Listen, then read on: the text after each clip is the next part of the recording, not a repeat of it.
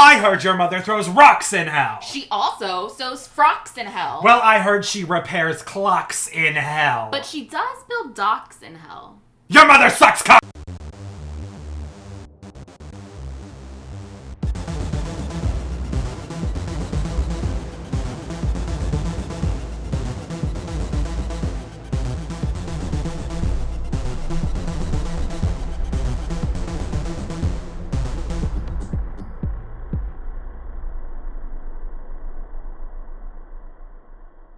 Happy Halloween! My name is Dakota. I'm Lauren. And welcome to another episode of the Horror Nights Gauntlet. Special report. It's a special report. Obviously, we were prepared for one very specific announcement, but we got all of them. We got all of them. It was a dry spell, and then it was just a gusher. Everything. 13 of 16 attractions for this year were announced today. I'm not prepared to do this much editing. So this is not going to be our hype episode. We are just reacting to the announcements. There's a ton of shit to get through.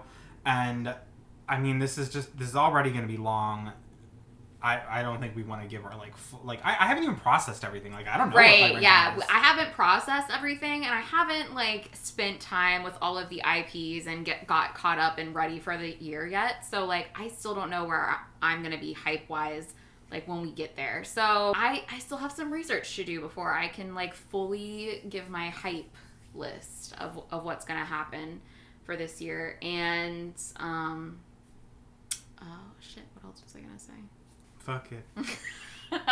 But yeah, we're gonna run through each of the things. Obviously we're gonna talk about the big announcements first, and then we're gonna just go through this with you guys. And let's honestly, this is gonna be long enough. Let's just not waste any more fucking time. Let's just dive in.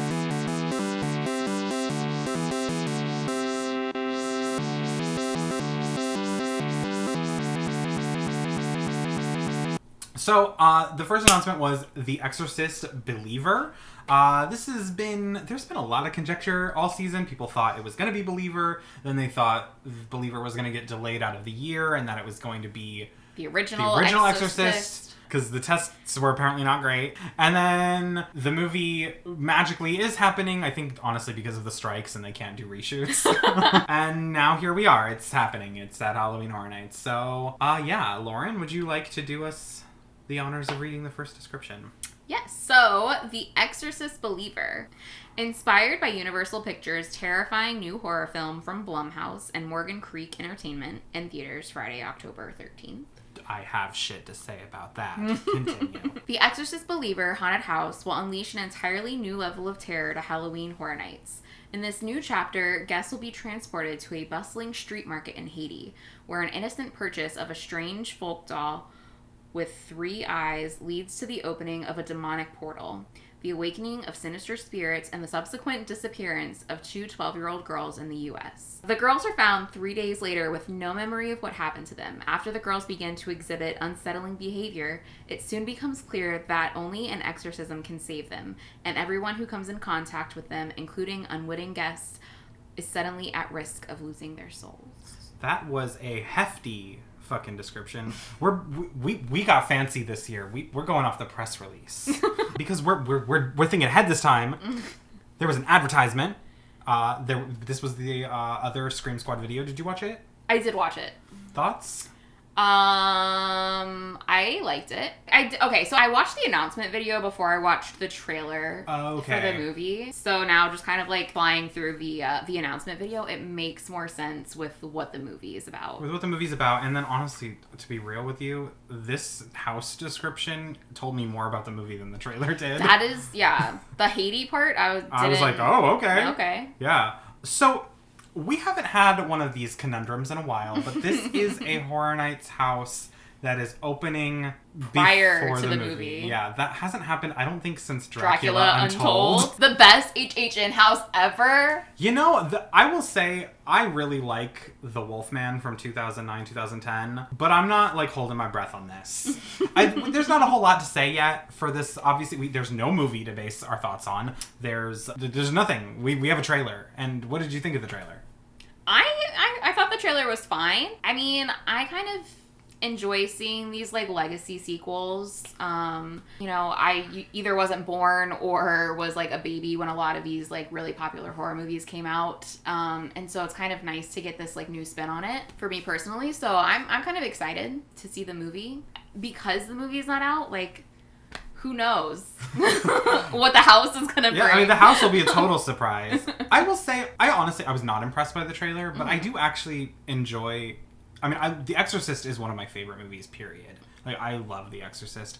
To be honest, I really love The Haunted House, too. And I know that's, like, a hot take, but I actually really like The Haunted House. But this trailer, to me, I guess maybe it's that The Exorcist as, like, a movie has been ripped off so much that, like, watching the trailer, if it didn't have the Tubular Bells theme and if it didn't have, like, the mom from the movie, like, I would have been like, this is just any other 2000s era exorcism movie. Like, I didn't feel like there was anything special other than like, there is just like a lot of like possession sort of like movies out there, so I understand. And it's just like the makeup too of the girls, like that is very, yes, it definitely has the drops of like the original movie's identity for sure. I'm just like, what is special? I mean, I guess it's the 2-for-1 special on the possessed girls. You also have Leslie Odom Jr. Wait for it! We're gonna be in the room where it happens. We're gonna be in the room where it fucking happened. This is a great year for, like, musical lovers, though. Oh my god, yeah, you could... Hamilton, Jekyll and Hyde, Phantom of the Opera. Hunchback. Oh my god. Where's Lestat? So there was a house back in 2016, yeah, so 26. I mean, that was my favorite house, like, opening weekend. Like, loved it. It definitely went down in my ranking throughout the year, or throughout that season, but I really enjoyed that house in the beginning. The smell was atrocious. I think it stayed in my top 3 all season with Tomb of the Ancients and American Horror Story, honestly. I loved that house. It wasn't like bottom of the barrel for me. It was hated it. But like it definitely just like felt very repetitive towards the end for sure. That's why I liked it. So for me, like the reason I liked it so much was that the repetition when you were really blackout drunk was like started to become overwhelming, especially when you get in the headspin room and it was like completely circular and she's just fucking going. I loved that. And then I loved the big Pazuzu puppet at the end. And yeah. The Exorcist. Is there someone inside you? No, I'm single. Alright, so they also announced Chucky, which, you know, obviously they announced closing night last year. But now we got some more details on it. It is Chucky, Ultimate Kill Count. And it has a real description now. Inspired by the hit USA and sci-fi series and cult classic films, Chucky, Ultimate Kill Count casts this killer doll as the star of his very own haunted house for the first time. A true sadistic killer, Chucky has been mired in the agony of disrespect he feels from his peers at not being taken seriously. Thus begins his quest to turn his haunted house into a living slaughterhouse by killing every person who enters. Thoughts? I mean, you know, that actually excites me more than thinking it was just the sci-fi show. Reading this description actually made me super excited. I was like, ooh, it's gonna be meta. Yeah. It's gonna be fun. I'm excited. And you know what? You know, we were saying, like, I'm really nervous for it. Honestly, for me at least, Halloween Horror Nights Orlando is 2 for 2 with Chucky. Like, I've liked both of the experiences I've had. I feel like I was hesitant, but this excites me. I'm excited. Yeah. We're gonna move on though. I think the last big IP, which the one everyone always knows is coming, was Universal Monsters Unmasked. Lurking 60 feet beneath the bustling streets of the City of Lights, the dank catacombs of Paris house a much darker secret. The all-new haunted house, Universal Monsters Unmasked, takes guests down into the infamous burial grounds where every corner and crevice overflows with millions of skeletal remains and even more sinister secrets. Deep within the catacombs, Universal's most notorious creatures, the Phantom of the Opera, the Hunchback of Notre Dame, Dr. Jekyll and his deranged alternate personality Mr. Hyde, and Dr. Jack Griffin, aka the Invisible Man, also lie in wait as they bide their time and seek vengeance against guests after opening the catacombs to public visitation. These desperate and dangerous fiends have become filled with rage towards the guests navigating the twisted tunnels of their underground labyrinth home. It is here, in the darkness, where they hunt these trespassers and where the sounds of guest screams will go unheard. I'm getting all these fucking, like, lengthy ass thoughts. I'm really excited. I feel like Universal Monsters just never misses. So, very high hopes for this house. Also, all of these monsters, great. I'm so excited for the Phantom of the Opera and Hunchback. Jekyll and Hyde is what's really got my attention. But I'm really excited to see Invisible Man. Yeah. Because You're gonna see him? But, like, I really liked the effect of the Invisible Man in the 2018 House in Hollywood. So I'm excited to see what Orlando will do with that character. I'm also very interested to see how they interpret the invisibility, because the way it was done in Hollywood with it, like, being a black background, a black thing, and then, like, just the day glow like, wraps, yeah. So your eyes, like... That was really cool. It was really good. I'm very curious if we get, like, a Jekyll to Hyde transformation scare. I think that could be really cool. Mm-hmm. Obviously, Phantom is the one I'm, like, most excited about, personally. Yeah. I feel like I've been waiting. That was actually my favorite part of the Monsters house in 2019. Mm-hmm. And, well, Phantom also had that triple scare, and he just, like, kept coming out of the mirrors. Yeah. Yes. Phantom had... I feel like Phantom always had me almost on my ass in that house. Phantom had so many good scares in that house. The chandelier with the pipe organ sound effect at the same time, that was really cool. Yeah, I'm super stoked. Hunchback, that was a great scare too with the drop in the haunted house, so I could see that translating really well for a bigger scene. I could almost see like a extended sequence that feels maybe like Gothic from back in the day. Mm-hmm. Yeah, this is great. I love that this isn't a versus story. Like, it's just like, you're in Paris and these are the monsters who are living there currently. Yeah, like they all just found they're like a found family underground and Universal Monsters. One of the other houses announced today was Yeti Campground Kills. In a 1950s campground, a group of towering, terrifying Yetis are running rampant, ripping apart campers, rangers, and anyone else who gets in their way. In Yeti Campground Kills, guests must flee through the campground into cabins, a bait shack, and even the outhouse in hopes of making it to the ranger tower before it's too late. Blood-soaked campgrounds deep in the trenches of the mountains where vicious, bloodthirsty monsters have returned with a vengeance in Yeti Campground Kills. I'm excited to see Yetis again, but I'm also like, is it too soon to see Yetis? Like...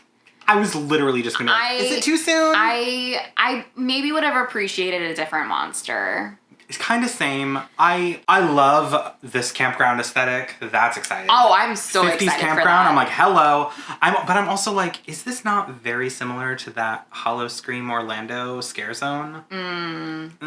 I also just want it to be like very camp and like I want Troop Beverly Hills. Yeah, I want like Troop Beverly Hills. I want American Horror Story 1984. I want Sleepaway Camp. So American Horror Stories. Feral. Feral. I wasn't crazy about that one. But, like, it's giving that vibe. Yeah, okay, work. I guess what I want from, like, a campground scenario would be, like, for Horror Nights to do their own spin on, like, their version of a slasher movie. Mm-hmm. And, you know, it's a Yeti sequel. I was talking about this house with Hunter from Grim Grinning Hosts, and he said, because he had a counter to that, that this is really the only monster original house this year. And... putting it in that perspective, maybe, you know, at least that it maybe fills that, like, big hulking monster void that the event needed. But you could have created a different monster. I mean, imagine, like, a lake monster. Or even if it wasn't Yeti. And I mean, Yeti and Bigfoot are pretty much the same thing, but even if it was, like, Bigfoot instead of... And I get it. You know, Swamp Yeti was a really popular joke in Slaughter Cinema, and Yeti Terror of the Yukon was a really popular house in 2019. I get it. I'm just, like, I guess I'm surprised that they're doing a sequel to such a recent house, because I feel like... lately, the trend is if they do a sequel, it's just something old as fuck. So I'm surprised. I mean, and there's a few this year that I'm like, damn, throwback. Okay. So I guess I'm just a little surprised, but I think it's cool. I am very excited for the campground aesthetic. So I'm you're gonna smell like probably pine and fire. Oh yeah, campfire. Smoke. Yeah, I think this is gonna smell amazing. This is rumored to be a soundstage house. Oh, okay. So I think that's gonna really I love like the like outdoor inside vibe of the sound stages with things like this. So same. I feel like Yeti Yukon was very like, some people loved it, some people hated it. I genuinely really liked it. I thought the Yetis themselves were kind of goofy looking, and I thought maybe they were supposed to be scary. So if this is more like camp funny, I feel like those kind of goofy looking masks from the Yeti house could really like pay off even better than they did the last time. Yeah. But we'll have a ranking for it soon once I kind of process my thoughts. Yeah. So, we had more houses. Up next is Dr. Oddfellow, Twisted Origins. In the 1930s Dust Bowl era, guests won't be able to resist going inside Dr. Oddfellow's menacing menagerie of twisted oddities, where they'll encounter grotesquely distorted animals and freakish fiends. In Dr. Oddfellow Twisted Origins, the price to enter this creepy caravan is steep as souls feed his immortal power. A demented late-night circus led by an evil ringmaster and notorious icon looking for human souls to fuel his dark intentions in Dr. Oddfellow's Twisted Origins. So Oddfellow is an interesting character. That I've never met before, so I... Technically no one has. Supposedly this character had a scene in the Jack Year in Fear House. Supposedly there was a Dr. Oddfellow scene in the house. This was 2000. This was the Jack Year. The big thing with Oddfellow is that he was Jack the Clown's employer back in the 20s, 30s. And when Jack started murdering little kids, I believe Oddfellow murdered him and like put his body inside of like a fucking Jack in the Box. And it was found like decades later, was like the story. I'm curious if they'll keep that. No, no one had a visual for this character, and we do have one now in the house logo. And based on everything else that's been announced this year, it would appear that Oddfellow is the icon this year. I would say so. I would say so. I know there's a lot of conjecture about what makes an icon or not. I would definitely say this makes an icon. I They would have absolutely. him sprinkled in through everything. I think a lot of people want to say, like, if the character isn't at the center of the marketing, they're not an icon anymore. And I would say that was true, 15 years ago but now Jack is the only icon that gets that kind of treatment. Yeah. So I don't think we're going to see Oddfellow in it. Maybe we will, but I doubt it. Even, like, honestly, just to counter the point that the icon has to be at the center of the marketing, the usher was not in the commercial, was not in the billboards, and was only on like the park map. He wasn't even on the fucking t-shirts. So get your shit straight, people. Yeah, and like I would say with like last year and this year, I really am enjoying this like cohesive thing with the scare zones. Like Pumpkin Lore didn't have a house last year, but they had a house the year previously.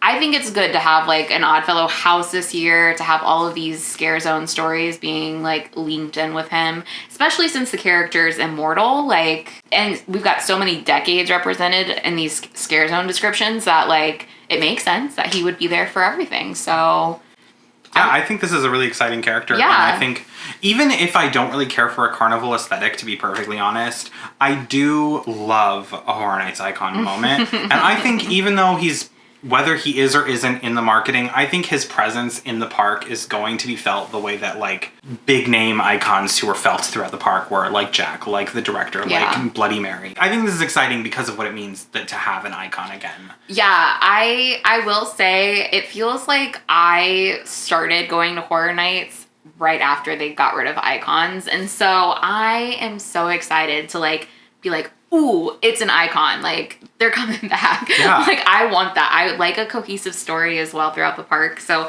I'm very excited for what this means for this year. I will throw hands to tell people that, I'm sorry, the Pumpkin Lord was an icon, And this guy sounds like an icon. This house, the subtitle Twisted Origins, I mean, I wouldn't be shocked if we see like Jack stuff in this house too. Yeah. But I think it would be like a surprise. Yeah, I want like Easter eggs. I don't want like a full like I just want to see Jack's dead body. Like, I don't need to actually see the character. Like, do you even need to see Jack's body, or like a jack-o'-lantern like that could have a body in it to like be sufficient for you? No, I want to see him in the Jack in the Box, like dead and hanging, because that's how his origin story is. Like, when you read it, because it's a story, And, like, that's how it's presented. Like, he was stuffed into a Jack-in-the-Box and then his fucking dead body springs out of it. And I think that's really cool, and I could see that being an amazing scare. So that's the only Jack I want, though. I just want him to be a corpse. Also, the first person of color icon. What? Yeah. Did you see the logo? I didn't see the logo. His face is in it. Yeah, he looks cool. He does. I love that.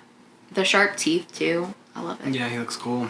But yeah, Dr. Oddfellow, we will talk more about him when we get to his scare zone and to the rest of the scare zones. But yeah, I think it's exciting.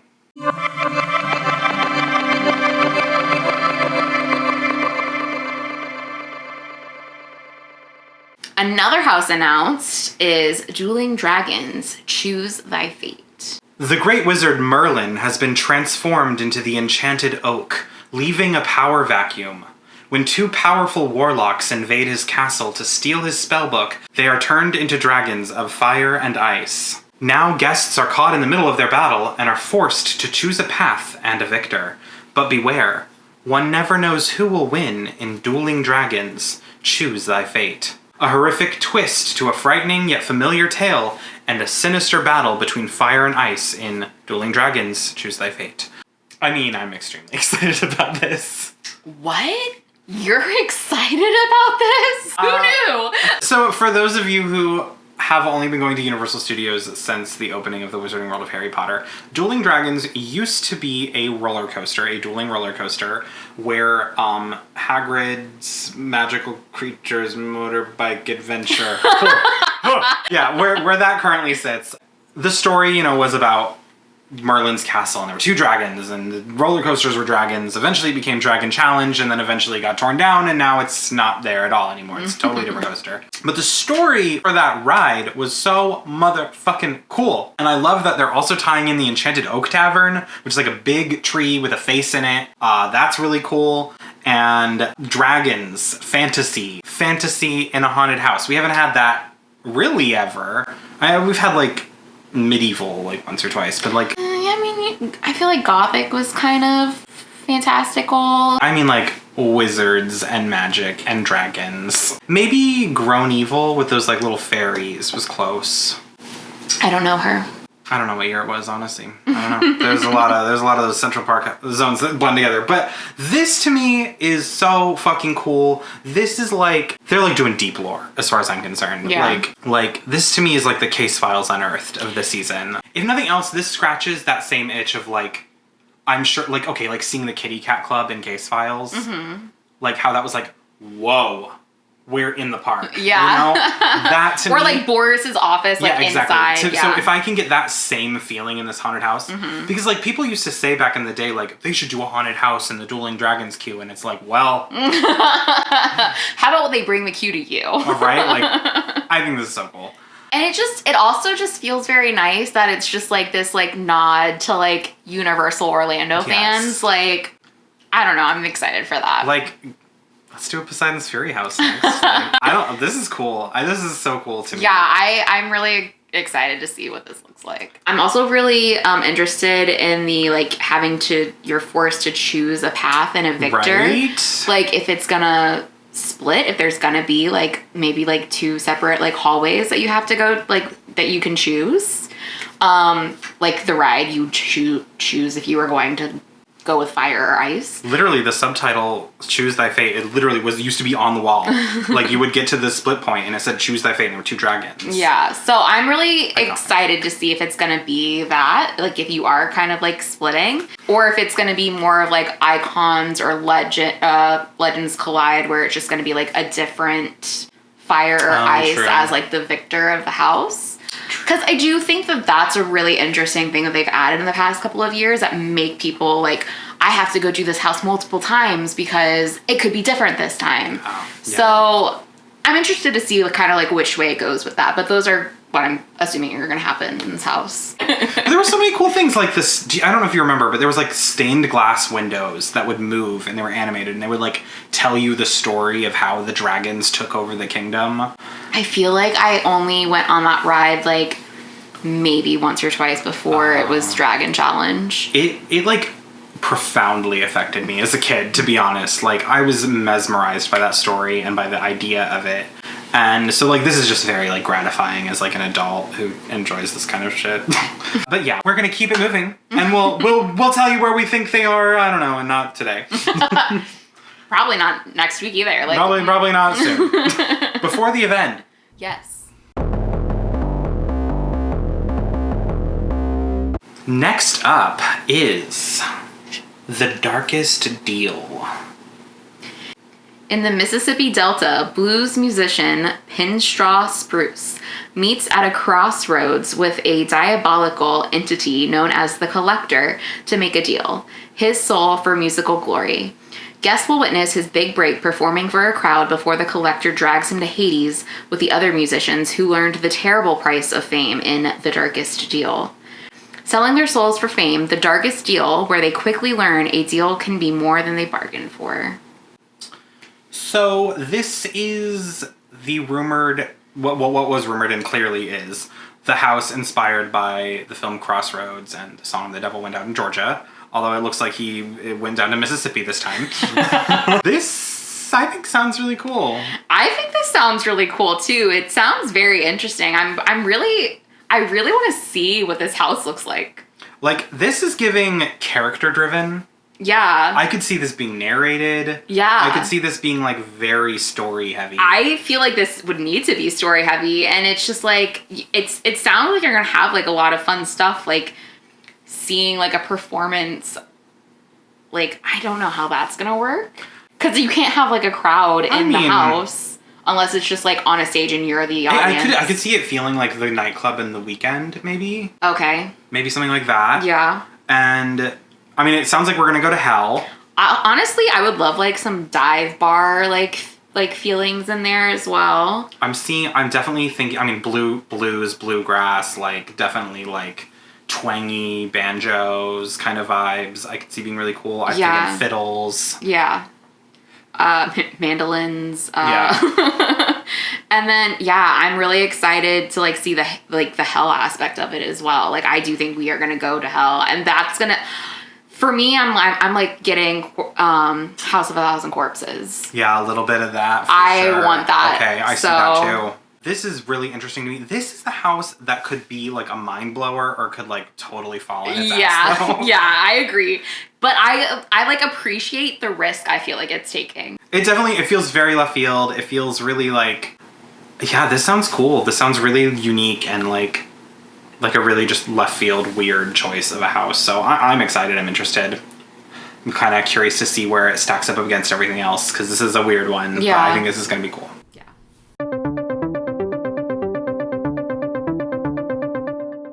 The final house that they announced today was Blood Moon Dark Offerings. Colonial-era villagers begin to worship the moon obsessively.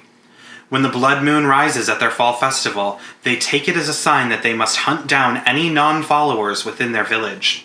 Guests will need to try not to become part of the sacrifice as they gather body parts to form a grisly offering in Blood Moon Dark Offerings, a colonial cult looking to slaughter those who dare to refuse to worship the blood moon in Blood Moon Dark Offerings.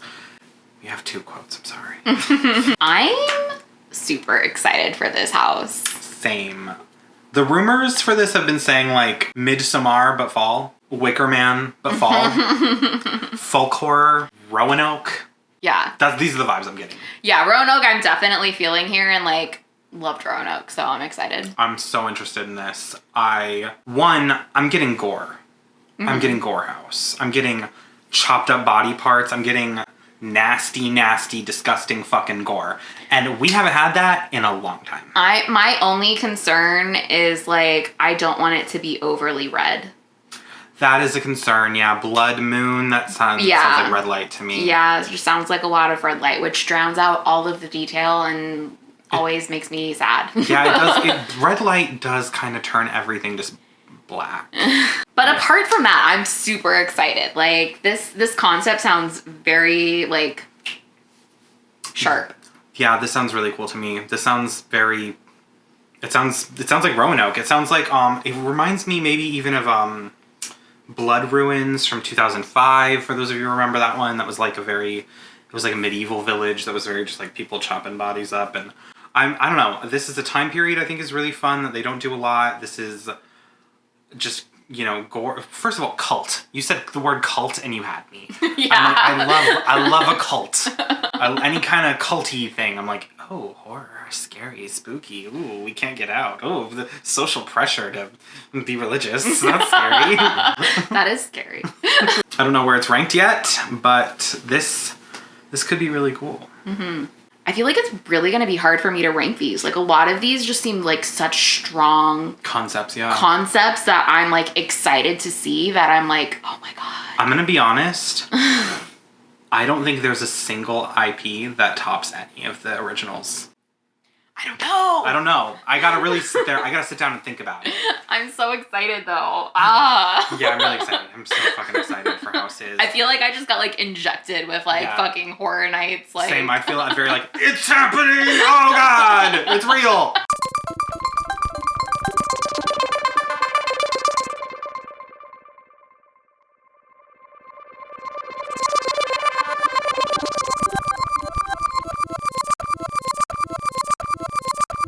We're doing Dr. Oddfellow's collection of horror. Lauren, why don't you go ahead and read the description? So, Dr. Oddfellow will lure guests into Halloween Horror Nights with a promise of immortality. As he lifts the veil on all the horrors to come, they'll soon realize they may not even survive the nights.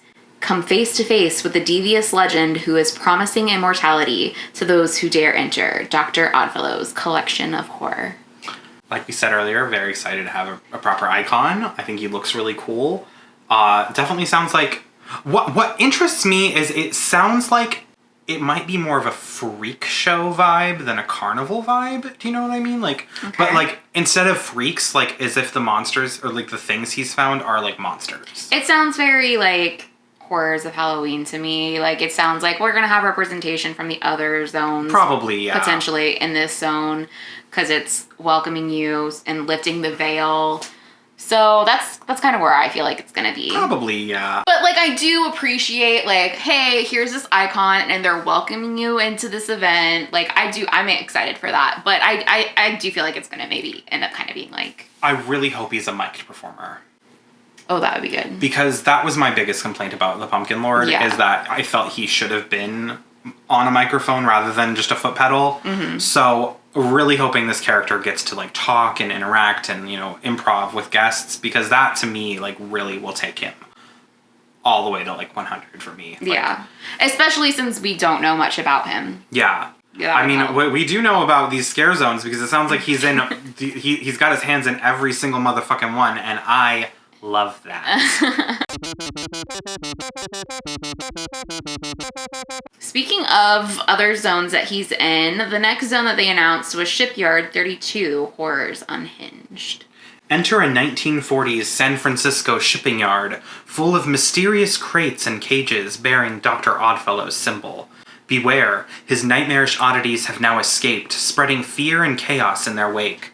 Stumble upon Dr. Oddfellow's crates and cages that once housed monsters of all kinds who have escaped in pursuit of chaos in Shipyard 32, Horrors Unhinged. The last spec map, which came out like yesterday, listed this as like Siren Dockyard. Okay. And if that's the vibe, I'm very interested. Yeah. But even if it's not like a shipyard, that's cool. Crates, that's cool. Yeah, it's giving lots of boxes for me, but I am excited to see like what creatures they're gonna have there. It sounds like, I mean, it sounds like an extension of the concept of the main zone, of it being like he's brought his monsters and like whatever the hell they are. So that sounds interesting, and I like the way it kind of ties into everything else. I'm also interested because his house is going to be set in the 30s, the zone set in the 40s. I'm wondering if we're going to see like progression of Oddfellow's like character. Because there's another zone in like, the 20s and another zone in the 60s. Matching the time zones. So I'm very interested in seeing that. Yeah, so that's very interesting. We've got a wide spread of the 20th century. Yeah. I always love like leaving your house after we film. Yeah. Because I just fucking look crazy. And I'm like driving home and I'm like, today is not the night to get pulled over. So one of the next zones is Dark Zodiac. Dr. Oddfellow has entered a dark dimension to harness the power of the Zodiac and live forever. He twists the signs into malevolent beings who foretell one's doom. As his star rises, yours falls. Cower in fear as the signs of the Zodiac come to life in Dark Zodiac, where Dr. Oddfellow uses his power to transform the Zodiac signs into horrifying horoscope creatures. This bitch. I am so hyped for this. I am so fucking hyped for this. I am not even like a huge Zodiac person, but like I am also really excited. This has been rumored since 2020. Wow, I didn't know that. The 2021 season happened, probably, I'm guessing it was budget, you know, like, for whatever reason they didn't do it. Obviously, Lights, Camera, Action was done on a budget, you know, all reused characters. Yeah. So I would guess that this just didn't happen because the budget wasn't there that year. And then it just didn't make sense to do it last year because it wouldn't have worked with the theme. Yeah, it makes sense. So this just sounds cool as fuck. This reminds me, the year before you started going, but maybe I've told you about it, Seven. Mm-hmm. So Seven, for those of you who do not know, was a scare zone on Hollywood Boulevard in 2011, so Halloween Horror Nights 21. And it was the 7 deadly sins were each represented as a character, and it was like a bad bitch female. And what was cool about it is at the start of the night, they all had like masks on, and then they'd take them off after a couple cast changes as the night went on, and they were like fucked up. And they all had these like minions who represented each of their like things. And I'm seeing that same kind of vibe, but with each of the like characters of the Zodiac. Mm-hmm. The thing about Seven is like, it was kind of cunt. You know, like it was very Vanity Ball. It was very Asylum in Wonderland. It was cunty. You know, it was kind of gay. Yeah. And maybe this won't be that. Maybe this will take itself seriously. But I want to hope. I want to hope and pray that this is the zone for the girls, gays, and theys. It's Zodiac. It's like fucking, like I just feel like, no, it makes sense. I'm like, it's astrology. Like, come on. Yeah. Every girlie is gonna have to get a picture with her sign. Oh, of course. Like, I don't know. I'm actually really excited because I'm an Aries, so I'm really excited what that ram's gonna look like. I have no idea what to expect. So I'm a cusp. I am the Aquarius Pisces cusp. Aquarius, I can see it. Pisces, concerned. But it could be amazing. It could be very like Creature from Black Lagoon. Yeah.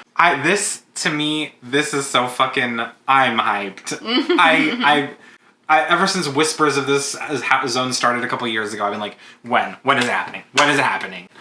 And I hope this delivers on my dreams, but it probably won't, but I hope it does.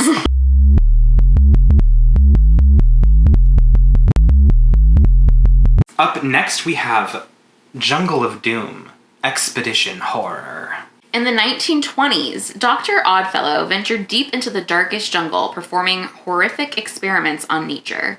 Now his monstrous creatures are running amok and on the hunt. Venture into the Jungle of Doom, Expedition Horror, where Dr. Oddfellow's twisted and bizarre experiments combine elements of nature and animals to create vicious jungle creatures looking to satisfy their cravings. So this has visible construction already, at least at the time we're recording this, and it's very, like, ancient tombs, like, there's, like, big ruins. But the other thing, and I don't know if you know this, Jungle of Doom is a haunted house from 2003. And it is one of the only haunted houses that year that I didn't fucking do! So I was talking to my friend David on Twitter a few days ago, and I was like, I really, like, this is giving Tomb of the Ancients. I'm expecting Tomb of the Ancients. He was like, I feel like it's Jungle of Doom. And I was like, that feels like a really deep cut. Like, no one remembers that house. It's fucking Jungle of Doom. So Jungle of Doom was cannibals. And it was, like, people in loincloths and, like, big things made of bones. And it was this was back in the Islands of Adventure days. So it was in the Jurassic Park Triceratops Discovery Trail, which it's gone. Velocicoaster is on top of it now. Yeah, so they did a couple houses in that location. This was one I wanted to do so bad that year, and it was just so fucking insane the one night I got to go to Halloween Horror Nights 13. So that was just sadly one that we did not get to do, and you know, it's haunted me my whole life, and I've I thought it was behind me. I really thought, like, I can put that behind me. Like, they're never gonna reference this obscure, like, cannibal thing. But I'm excited. I love Central Park, and this is a vibe they've never done in Central Park. Yeah, I'm excited for this like kind of like change up in Central Park, and I've kind of enjoyed the like things that they've been doing like different in Central Park for the past couple years. So I'm excited to see where this goes. So you know I'm a pumpkin in the tree bitch. Like I love that so much. But I will sacrifice that every few years to get like these original ideas. This to me is, I mean, I was going to say literally everything that you just said. I also love the pumpkins in the trees, but what I love also is experimenting. Yeah. And trying new things and transforming the space into somewhere you've never seen before. Yeah. And I think they've really started to figure out Central Park and to just turn it basically into a mini haunted house over the past couple of years. I'm also interested in this like experimenting with like nature. Yeah, like maybe plant monsters. Plant monsters, so I was thinking maybe like Seeds of Extinction. I'm also thinking it could just be like beastly like animal like hybrids too. Like there's a lot of options that you can go with this. You could also just, and it's 1920s, which I feel like is also going to be like a very unique. Yeah, 1920s. We've got the word expedition in it. Like Yeah. I'm seeing pith helmets. I'm seeing like khakis and safari like adventure. I'm definitely seeing like safari jackets. I'm seeing like Tarzan and Jane vibes. That with like we've been deserted and there's these monsters on the loose, so how are we gonna survive this? Oh yeah. Like everything about this, I'm getting Jungle Cruise. Like I don't know yet, but this is probably the other zone I'm most excited about with Zodiac. I don't know where it's ranked yet, but this is cool. This is really cool.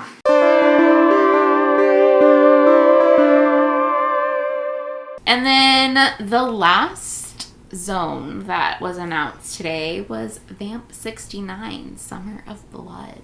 At a 60s music fest in a small New York town, guests will jam to popular bands with fellow concertgoers until Dr. Oddfellow unleashes vicious vampires on the audience that are out for blood. Attend a music festival crashed by bloodthirsty vampires let loose by Dr. Oddfellow in Vamp 69, Summer of Blood. I'm disappointed. Okay, it's not just me. All right, work. I know people are really hyped, and I don't want to be the one. Here's the thing. Vamp 55 was only a few years, like a decade prior to this. How much change, you know? I mean, I get it. It's like a Woodstock vibe. I see that. But like, I'm also like, it just feels too Vamp 85. It does feel with the stage, yeah. I'm just like, I would like something different. I'm going to say... especially if we were going back to Vamp, this is not exactly where I wanted to go with it. I'm going to say something controversial yet brave. The next time I see vampires at Halloween Horror Nights, I do not want them to be related to Dracula, and I do not want them to be funny. Like, I'm over it. I'm ready for serious vampires. Like, I want something akin to, like, Castle Vampire. I want, like, I don't know, fucking Hive. I want something like that. I want scary. I want the vampire horde from 22. Like, I'm over it. I'm over the funny vampires. I would have enjoyed like a different decade, I think. Like I'm mad that we went away, not mad, but I'm like upset that we went away from like the 5 at the end of the Vamp thing. And I feel like that's not as interesting a decade as like, I don't know, like 25 would have been more fun. I mean, I will say I still do want to see a Vamp 25 zone, but I would want to see it in 2025 so it had like that 100 years later kind of feeling. And I have a whole vision for it. I'm saying I'm over Vamp, and then I'm like, actually I have a whole vision for a house, and it's set in Hollywood in the 1920s, and it's a movie premiere, but listen, I have ideas, call me. I also just think hippies are fucking corny. Sorry. I think that it's like kind of a goofy era, and I think Woodstock is like an aesthetic I'm not super into. So it's like, I can give you one ranking. This is probably my lowest ranked season. I'm not that interested in this. Same, even though like the other Vamp zones have been like, I really enjoyed them. I'm just like not excited about this one.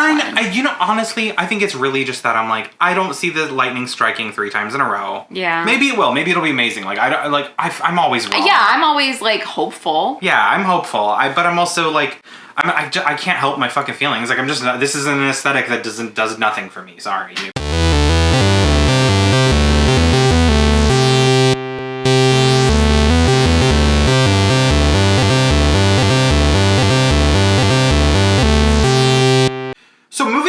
we are at Shows and More. Shows is not plural. There's just one show this year. Okay, so to rewind a little bit to Vamp, there is a big stage, and presumably there is going to be a show in Vamp, but it's not like a headliner show the way that like Ghoulish. It's gonna be more of like a every 15-minute kind of show. Probably, yeah, or at least once every cast change. Yeah. You know. I mean, I guess we should address the fact that like the lagoon was heavily damaged during the hurricane last year, and Ghoulish stopped performances about midway through the event, and it's still being repaired a year later. So, you know, there's a reason there is not a second show. It's a little disappointing that they didn't like be like, okay, let's use animal actors, let's use horror makeup, let's just do another show to just have another attraction. But it is what it is. It happens. This, we only have one proper show. It is Nightmare Fuel, Revenge Dream. And they dropped Halloween from the title, interestingly.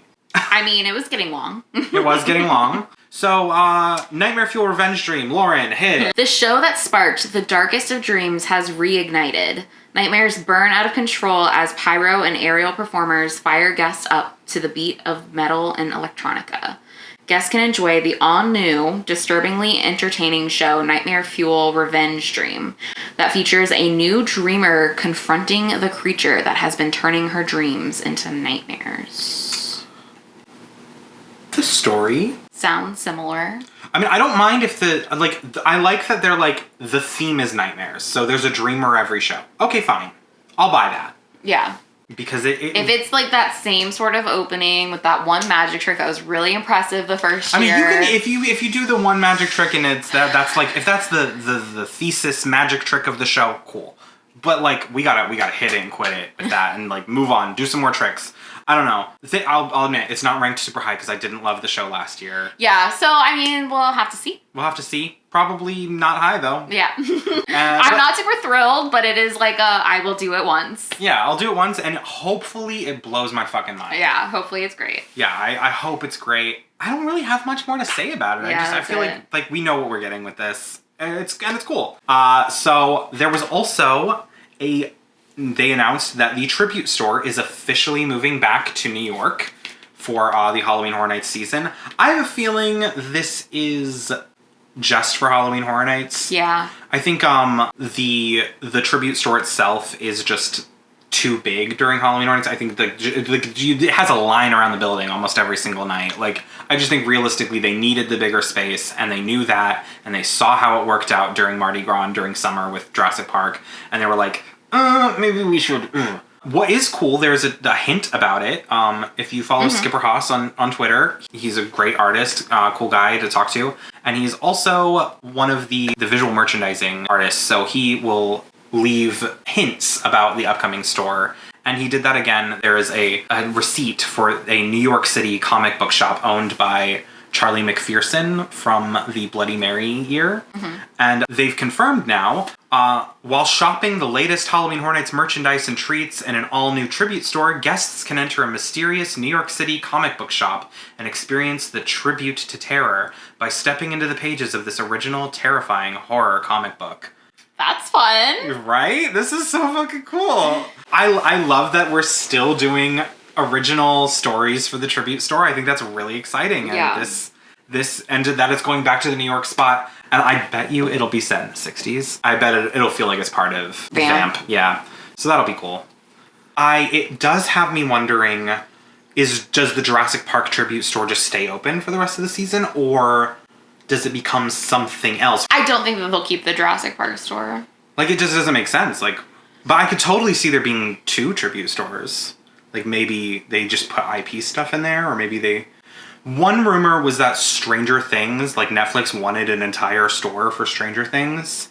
It could. Maybe. It Maybe. could. I mean, who knows? It's got enough merchandise. Then there were other announcements. There was the return of the Dead Coconut Club. But it says guests can enjoy a drink at the Red Coconut Club as it will once again transform into the Dead Coconut Club, donning a new theme and menu. That's very exciting. I'll be honest, it's the only one I've loved. I liked the Mardi Gras one. I thought the Christmas one was okay. Dead Coconut Club, though, I got tears in my eyes when I did it the first time. I was like, this is so precious and just like, what a just perfect blend of the theme of the building and the monsters and everything. It was just such a, like, wonderful little, like, surprise moment. And then the little singers that would come out, I loved it so much.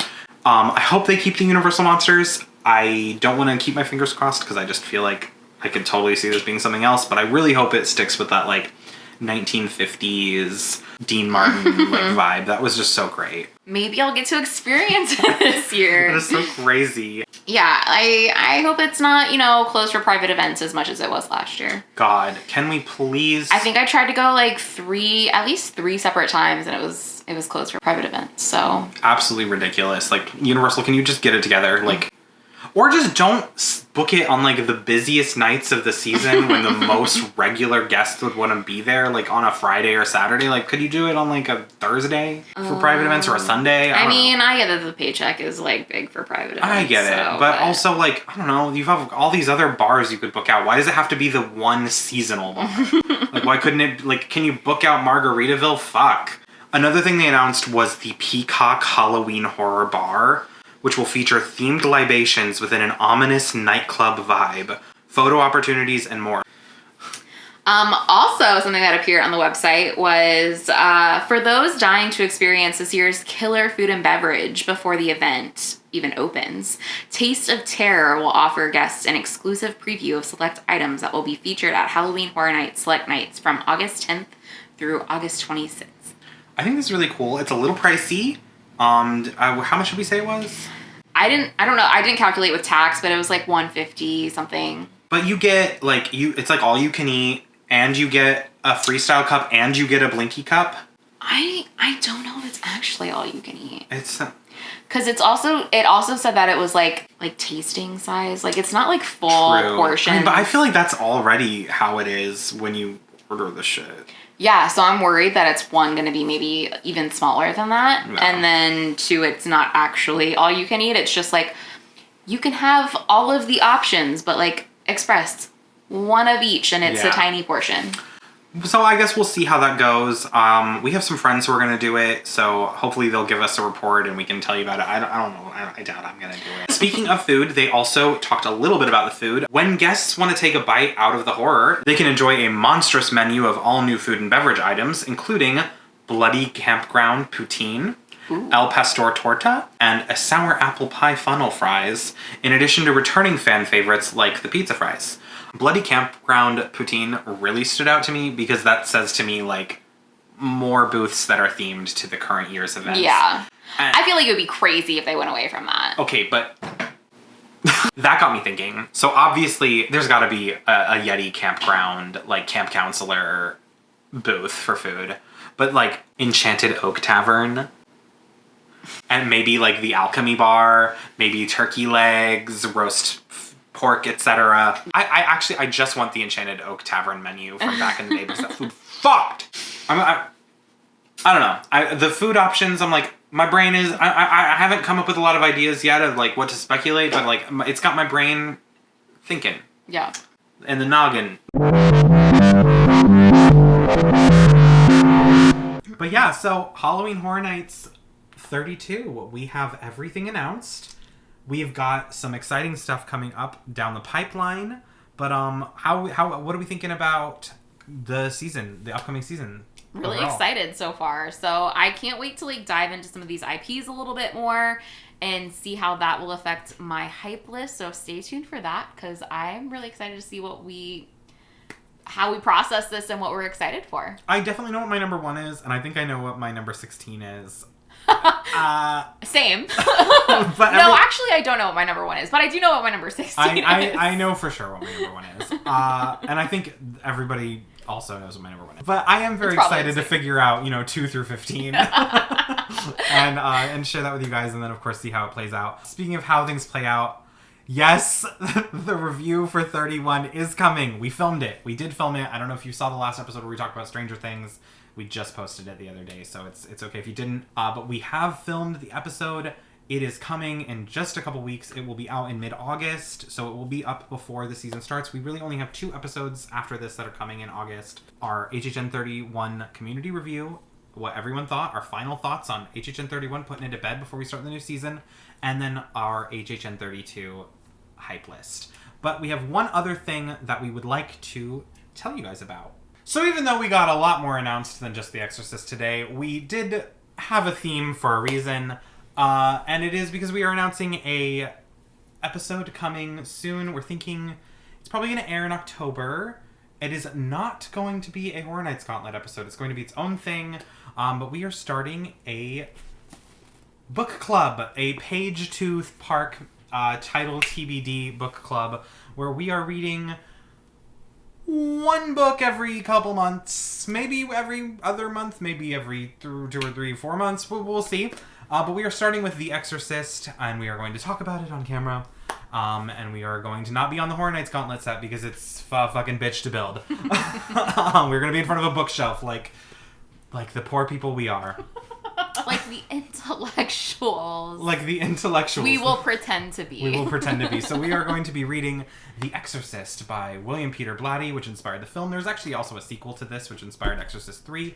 But we're just going to focus on the main book, and we're going to talk about it. We're going to specifically talk about how we felt it affected the theme park experience. And so going forward with this series, we don't have a set in stone name just yet, but when we're closer to it, we'll announce it. But we wanted to give people time to read the book if you did want to participate. So you'll have a couple months. We'll definitely be airing it in October for Halloween. Obviously there are a few books that are actually inspired. All 4 of the Universal monsters this year are characters from novels. They're characters from literature. Islands of Adventure. The whole premise of the park is that it's inspired by literature. So we kind of wanted to approach a series that maybe approaches the books that inspired your favorite theme park attractions, your favorite haunted houses. I mean, we both have read The Shining, recently. Other books, though, have inspired haunted houses as well. Last year, we both read The Black Phone, which is a short story. So I know there's definitely, a precedent for it, and I generally do like to try and read the source material. I mean, The Walking Dead is based on a comic book. There's a lot of stuff. I mean, we could really start rattling off names. So if it's something you guys are interested in and want to participate in, let us know down below. But we're going to do it either fucking way. But if it's something you want to participate in, we're letting you know now that we are reading The Exorcist, once again, by William Peter Blatty. This is a dark book. This is a book for adults. So the trigger warnings for all the things. If you've seen the fucking movie, you know what's in it. So yeah, Halloween Horror Nights 32. What house are you guys looking forward to the most this year? What has sparked your interest? How are you feeling? I know for me personally, this feels like a throwback. This feels like the Icon days, where it just felt like a big anthology of different shit that all doesn't really work together, but somehow the theme pulls it together.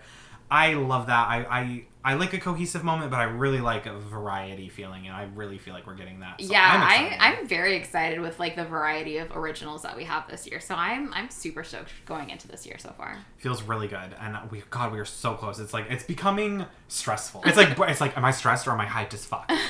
Yeah, I'm just okay. I think I've got 2 paychecks before Horror Nights, so what are we doing with that? How are we allocating those funds? How are we doing it? What's it gonna look like? We'll see. Credit card debt. It's gonna look like more debt. That's what it's gonna look like. Otherwise, we'll look forward to seeing you guys in the next episode. That said, Lauren, where can the people find you? You can find me at Logo Friends on social media platforms, whichever one is, still alive. I'm also on the Bird/X app. At Cathode Coaster. You can find it on that. I'm on Twitter, whatever it's called. I'm on Instagram. I'm not super active. Maybe I'll join Threads, honestly. I don't know.